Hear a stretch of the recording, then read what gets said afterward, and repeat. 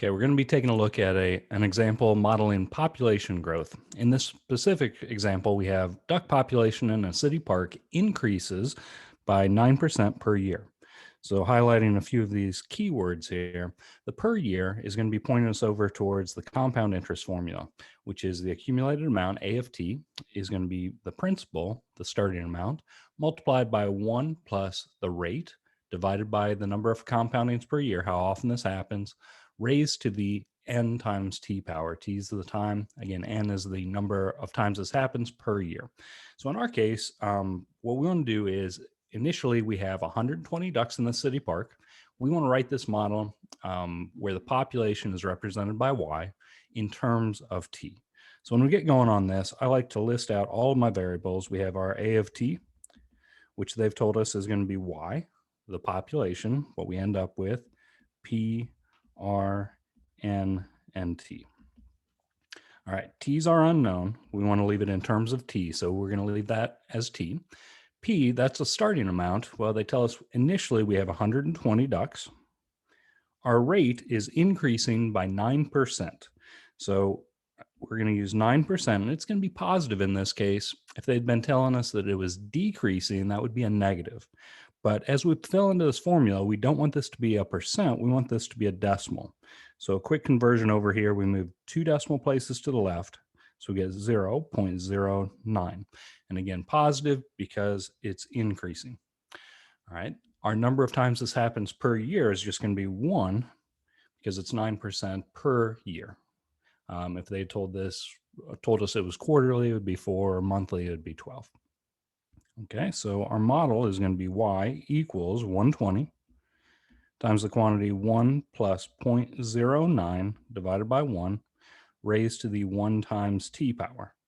Or with a little bit of simplifying, we can say 120 times 1.09 raised to the t power. All right, so that's our model. In part B, what we want to do is figure out what the population is going to be in 12 years. So in this case, they give us a specific value for our t. So we're going to use our model and plug in. So we say y equals 120 times 1.09 raised to the 12th power. And we probably want to round this to the nearest duck. So I got this to be 337.5. So 338 ducks. And one more follow-up question in part C.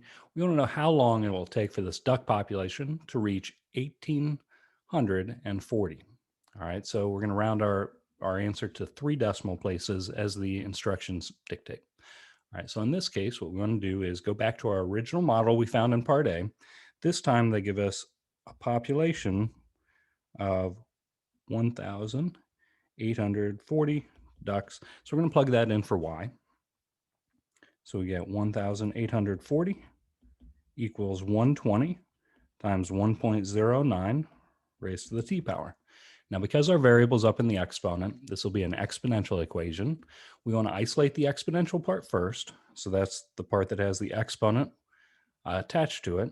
So that exponent is not attached to the 120. So we want to get rid of the 120 first by dividing both sides by 120. And we could do a little bit of reducing down here on the left-hand side. This eventually works out to be 46/3, or you could leave it as that bigger fraction as we're going to get our calculators out to do our approximating. So we're left with 1.09 raised to the t power on the right-hand side. At this point, we're going to have to get a logarithm involved to get the variable out of the exponent. So let's apply a common log to both sides. So we have a common log of 46/3 equals the log of 1.09 raised to the t power. At this point, because we got a logarithm involved, we are allowed the properties that go along with logarithms that say that exponent is attached to everything on the inside. It can move down front and become a multiple. So now we have log of 46/3 equals t multiplied by the log of 1.09. On the right-hand side, the t is now attached with multiplication. So we can use division to get t by itself. So we'll be dividing both sides by log of 1.09.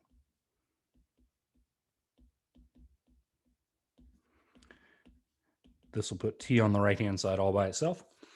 And we can get our calculators out and get an approximation for the left-hand side.